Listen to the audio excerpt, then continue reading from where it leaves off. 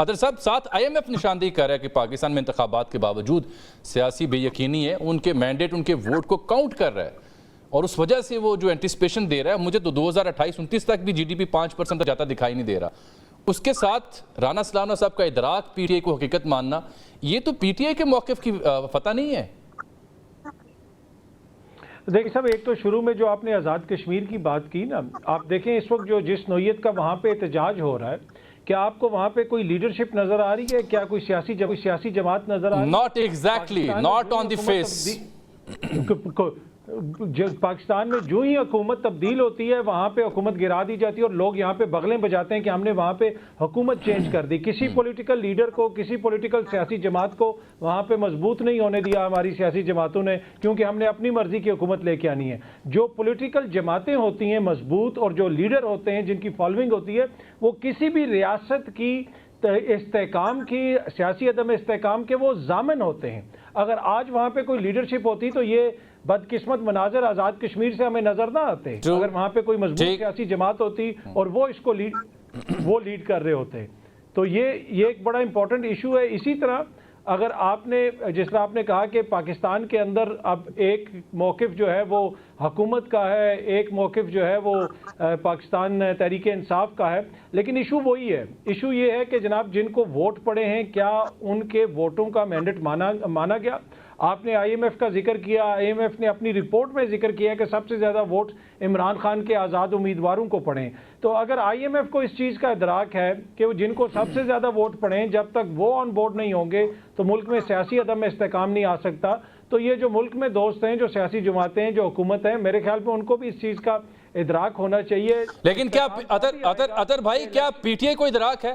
وہ تو ان سے مل بیٹھنے کو تیار نہیں۔ لیٹس سے کہ نون لیگ پیپلز پارٹی کے پاس صرف ایک سیٹ ہے، اس کا تو ادراک کریں نا۔ جی وہ تو ان کے ساتھ بیٹھنے کو تیار نہیں۔ یہ کس آئین اور قانون میں لکھا ہے کہ آپ فوج سے براہ راست بات کریں؟ بات کرتے ہیں جمہوری جدوجہد کی وہ۔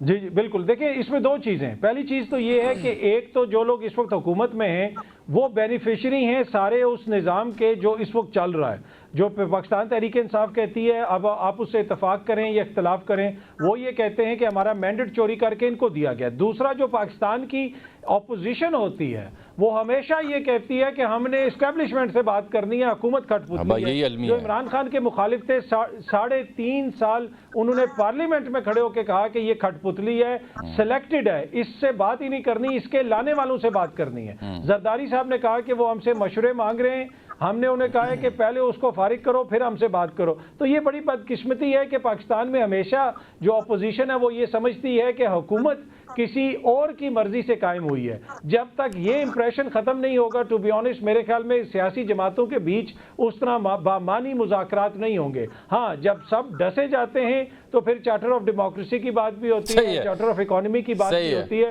یہ کاظمی صاحب، بیگ صاحب تو انہیں پولیٹیکل لیڈر ماننے سے انکاری ہیں ڈسپائٹ دی فیکٹ کہ پاپولر ووٹ ان کے پاس آیا ہے۔ سر ووٹ تو فتنے کو پڑتا ہے، ووٹ تو کسی کلٹ کو بھی پڑ سکتا ہے، ایسا نہیں ہے۔ نہیں دیکھیں ہر کسی کی اپنی رائے ہے اور ہمیں اس کا احترام کرنا چاہیے۔ یہی وہ چیز ہے جو ہمیں سیکھنے کی ضرورت ہے، چاہے وہ سیاسی لیول پہ ہو یا کسی اور لیول پہ ہو، کہ ہر کسی سے آپ کو اختلاف ہو سکتا ہے لیکن ایک دوسرے کو آپ نے برداشت کرنا ہے۔ بیگ صاحب کا اپنی رائے ہو سکتی ہے، میں اس کا احترام کرتا ہوں، میر صاحب کی اپنی رائے ہو سکتی ہے، آپ کی اپنی رائے ہو سکتی ہے، پر ایشو یہ ہے کہ جمہوریت کے اندر جو رائے میٹر کرتی ہے وہ جمہور کی رائے میٹر کرتی ہے۔ اگر پاکستان کا کولیکٹیو وزڈم یہ کہہ رہا ہے کہ سب سے پاپولر لیڈر وہ ہے، تو پھر ہم عوامی شعور کی توہین تو نہیں کر سکتے نا۔ یا تو ہم کہہ دیں کہ یہاں پہ ہم نے کوئی ڈیفرنٹ طرز حکومت نافذ کرنا ہے اور اس میں 4 سیانے بندے بیٹھ کے، میرے آپ جیسے لوگ جو خود کو ہم عقل مند سمجھتے ہیں، ہم کہہ دیں گے مینو تسی معاف کر دیو، حکومت کرنی ہے۔ نہیں سر نہیں، تسی ہو سیانے، آج تسی منو یا نہ منو، اسی پانا اپنی پسلی نہیں ہے مرشد، ہو سیانے آپ کو ڈالنا ہے ہم نے۔ یہ بیگ صاحب آپ نوٹ کریں کہ آپ کی موجودگی میں میرے خلاف سازش ہو رہی ہے، اور PJ میر صاحب بھی مسکرا رہے ہیں اس پہ۔ تو یہ نہیں ہو سکتا جامی صاحب کہ آپ اس میں سے نکل جائیں. تو مسئلہ یہ ہے کہ دیکھیں جمہوریت میں تو پھر آپ کو کولیکٹیو وزڈم کے اوپر ماننا پڑتا ہے, اعتبار کرنا پڑتا ہے, اور کولیکٹیو وزڈم اس وقت یہ کہہ رہا ہے کہ وہ سب سے پاپولر لیڈر ہے. ہاں یہ ہو سکتا ہے کہ اگلے انتخابات میں نہ ہو, تو آپ کو یہ سسٹم چلنے دینا ہے اور جو لوگ کہہ رہے ہیں اس کو ماننا ہے, تبھی آپ نے یہ نظام چل سکے گا. اگر اس میں بیچ میں ہم اس طرح رکھنا ڈالتے رہیں گے تو میرے خیال میں وہ قطعاً جو ہے مناسب نہیں ہے نظام کے لیے بھی اور ملک کی اوور آل صورتحال کے لیے. اب آگے چل کے چیزیں کس طرف جائیں گی یہ فیصلہ تو پاکستان کی عوام نے کرنا ہے. لیکن اس میں میں پی جے میر صاحب کے پاس جانے سے پہلے دو باتیں ہیں وہ میں آپ تک رکھوں گا. لیکن یہ جو رپورٹ ہے جو نگران سرکار نے دی ہوئی ہے کابینہ کمیٹی کو, جس میں 9 مئی کے حوالے سے کہا گیا کہ پی ٹی اے کے حق میں فوج کے اندر سے بغاوت کو ہوا دینے کی کوشش تھی. I think it's very very serious and alarming sir. اس سے کیسے پی ٹی اے اپنا آپ کو بری ذمہ قرار دے گی؟ کیونکہ یہ تو وہ میٹافر ہے یا وہ سٹینڈرڈ ہے یا وہ چارج شیٹ ہے جس کی بنیاد پہ موجودہ فوجی قیادت کا ایک خاص نظریہ بن چکا ہے جس کی جانب اشارہ بیگ صاحب کر رہے ہیں. نہیں دیکھیں یہ تو دیکھیں جب کوئی عدالت میں یہ کیس جائے گا وہیں پہ پروو ہوگا نا. وہ نگران حکومت جس کی جو 90 روز کے لیے آئی تھی اور وہ جناب کتنا عرصہ یہاں پہ بیٹھی رہی, وہ جو صوبوں کی نگران حکومتیں تھیں ان میں سے نگران حکومت کے لوگ جو دوبارہ اب کوئی سینیٹر بن گیا, کوئی وزیر داخلہ بن گیا, کوئی چیف منسٹر بن گیا, تو وہ تو ایک جوک تھا. تو ان کی رپورٹ کا آپ کیا کہہ سکتے ہیں؟ اور آپ دیکھ لیں جو وزیر داخلہ بنے تھے آج اس وقت کشمیر میں کیا اور کسی نگران کی وہ ڈبلن میں بیٹھے ہیں اور کسی نگران کی کئی خواہشوں پر پانی بھی پھر گیا. ٹھیک ہے. یہ فرمائیے کہ جب عمران خان صاحب بار بار ان کو نا تسلیم کر کے یعنی سیاسی جماعتوں کو فوج سے براہ راست بات چیت کی بات کرتے ہیں, ساتھ وہ نیم کالنگ بھی کرتے ہیں, تو ایک سوال یہ کہ نیم کالنگ کے بعد وہ بات کس سے کرنا چاہتے ہیں؟ دوسری سوال یہ کہ وہ ان کو ڈسکریڈٹ کر کے وہاں بات کیوں کرنا چاہتے ہیں؟ کیوں انہیں کہیں یقین تو نہیں کہ پانی یہیں سے نکلے گا؟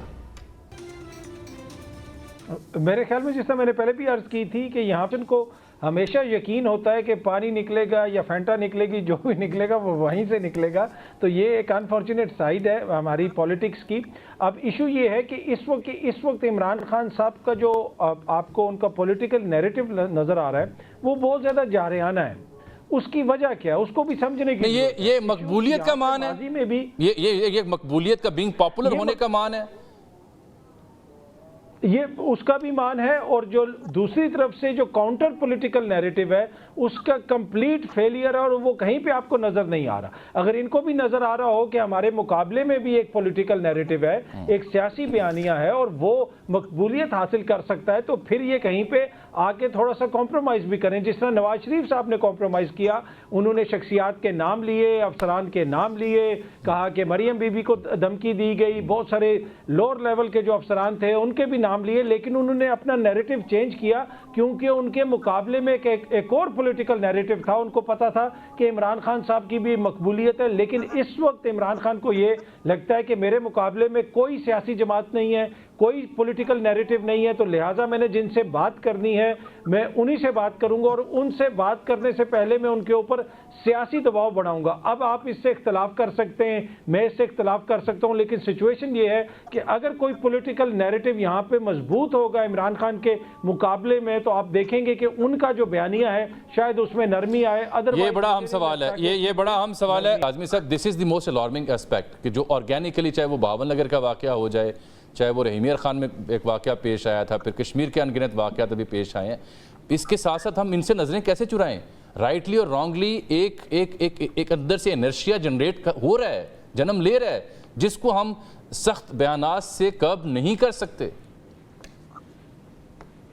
دیکھیں سمجھنے کی ضرورت ہے. ایشو یہاں پہ عمران خان یا نواز شریف یا زرداری صاحب ایشو نہیں ہے. عمران خان اس وقت جو عوامی بیانیہ ہے وہ اس کے اوپر رائڈ کر رہے ہیں. عمران خان اپنا کوئی بیانیہ لے کے نہیں چل رہے, جو عوام کا بیانیہ ہے عمران خان اس کو لے کے چل رہے ہیں. جب آپ کو یہ سمجھ آ جائے گی تو آپ بہت سارے معاملات کو بہتر طریقے سے ڈیل کر سکیں گے. یہاں پہ کہا جاتا ہے کہ جناب انہوں نے یہ بنا لیا وہ ایشو ہے, نہیں. اب آپ دیکھیں کہ عوام کے اندر اس وقت کیا سوچ ہے, عوام کیا سوچ رہی ہے. جب تک آپ عوام وہ بات آپ کی ٹھیک ہوگی کاظمی صاحب, بات آپ کی ٹھیک ہوگی کہ عوام کا بیانیہ شاید لے کے چل رہے ہیں, لیکن اس رپورٹ میں کیا کروں جہاں کہا جا رہا ہے وہ فوج کے اندر بغاوت کرنا چاہ رہے تھے. دیکھیں جس کو پہلے کہا کہ جتنی غیر سنجیدہ قسم کی وہ نگران حکومت تھی میں اس کو اتنی سنجیدگی سے نہیں لیتا اس رپورٹ کو. پاکستان کی جو فوج ہے وہ ایک پروفیشنل فوج ہے. نہیں یہ کیا یہ ایک منٹ ٹھہریے گا نا, کیا یہ کیا سنجیدہ معاملہ نہیں تھا کہ شہداء کی یادگاروں کو جلایا گیا, کور کمانڈر ہاؤس کے اندر جلاؤ گھراؤ کیا گیا, یونیفارم باہر لہرائی گئی, یہ بھی غیر سنجیدہ تھا؟ دیکھیں وہ تو سنجیدہ معاملہ ہے, وہ تو کورٹ میں چلے گا, عدالت کے اندر معاملہ چلے گا. لیکن میں نے کہا, جس طرح میں عرض کر رہا تھا کہ اگر کوئی اتنا امیچور ہے, وہ یہ سمجھتا ہے کہ ہماری فوج کے اندر خدا نخواستہ بغاوت ہو جائے گی یا کوئی بیانیہ بن جائے گا, نہیں, ایک پروفیشنل فوج ہے, دنیا کی بہترین فوج ہے, 7 گنا بڑے دشمن کے سامنے کھڑی ہے, جوان سے لے کے جرنیلوں تک ہمارے شہادتیں دی گئی ہیں. تو کسی کی خام خیالی تو یہ ہو سکتی ہے, ہماری دشمنوں کی یہ خواہش تو ہو سکتی ہے, لیکن ایسے فوج میں کبھی بھی انشاءاللہ پاکستان میں کبھی بھی ایسا نہیں ہو سکتا.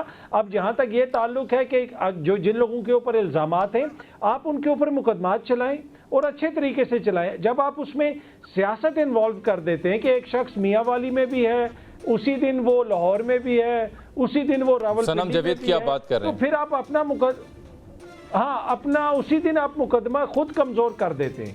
تو اس میں سیاست کو نکالیں. جن لوگوں نے 9 مئی کیا وہ قطعاً قابل قبول نہیں ہے, چاہے آپ ہو جائیں یا دیگر میرے پینلسٹ یہاں پہ دوست ہو جائیں, کوئی بھی اس سے ایگری نہیں کرتا.